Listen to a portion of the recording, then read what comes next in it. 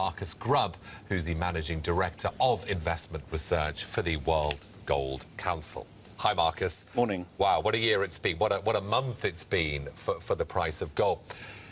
Digging deeper, though, consumer demand, which includes jewellery demand, demand for coins, demand for bars, it's holding up strong. Yes. It's investor demand that's pushed demand lower, overall demand in the first quarter. Absolutely. I mean, what you've seen is a negative positioning in the futures market since the start of the year, and this has then affected the ETF market, where you've seen redemptions in ETF funds through the first quarter, as you rightly said, about a loss of 177 tons.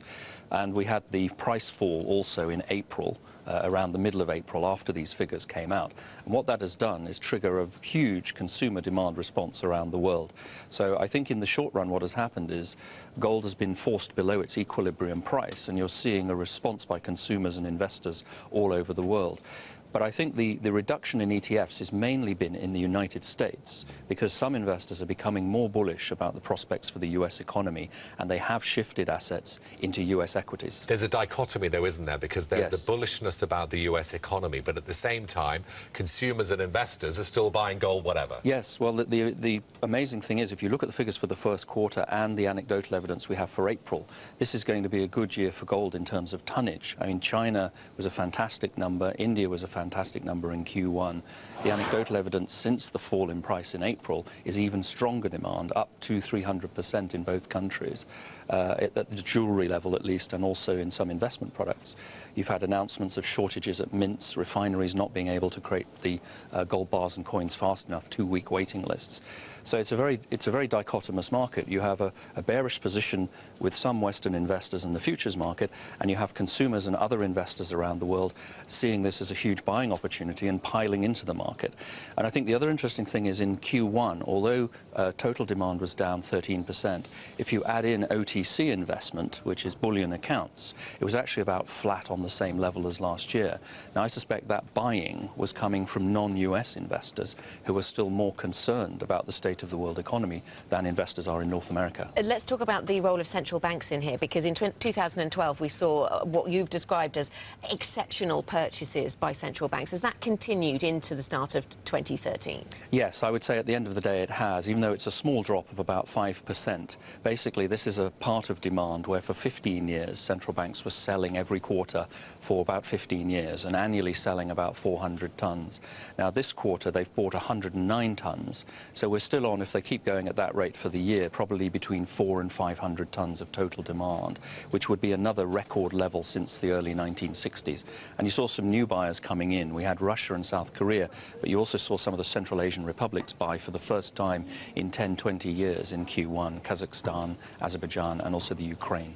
And we often talk about the technology demand related to other precious metals and not gold, but there is a considerable contribution coming from that area, isn't there? There is, and again, it's not growing rapidly, but it's holding up very well, because gold in industrial and technology uses does face a lot of competition from cheaper metals, but those metals are much less efficient as a conductor. So most of the demand now is in technology. So iPads, new tablet PCs, new types of phone use a lot more gold than older devices. On the other side, the dental use of gold is declining, so these two things are offsetting. But basically you're seeing it come in, again, around 100 tons a quarter, similar to central banks, around 400 to 500 tons a year. As long as it stays at that level, we think that's a very good performance for technology. I've chatted to you for many years, and each time I try and push you on the price, and I know you can't talk about the price, but we can talk about the trend. Yeah. And the average gold price in the first quarter was $1,632. Yeah. It's down 5% on the fourth quarter. It's down 3%. And many are basically pondering and pontificating, is this the end of the gold bull run, the 12-year run of gains we've seen, which is the longest since the 20s? Absolutely. What's your assessment? Well, my assessment is this. I don't think this represents an end to the gold bull market. And I think that's true even if you do have a down year this year. You know, I liken it this way. If you had chosen a good asset manager on fundamentals, they'd had 12 years in a row of top performance beating other asset classes, and they have one down year in 13 years, are you going to fire the manager? I think the answer to that is no.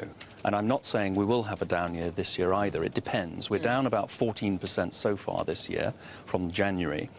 However, it all depends how this battle between the negative positioning in futures and the falling of tonnage in the ETFs, which is starting to stop now, and this huge wave of consumer demand all around the world, how that pans out in the rest of the year. Have you bought yourself a gold shirt yet, Marcus? Do you remember the guy over in India? We've got the picture. There was a guy in India who took advantage of the falling price in April to stock up on a new wardrobe. Wasn't it to impress the ladies? It was. Well, it worked by certain accounts anyway. I remember my first speech in Mumbai, and I was complimented on all my figures and slides and everything else, but one of the gentlemen there, who's a major trader in jewellery, came up to me and said, "Loved your speech, but what you've got to understand in India is that gold is God."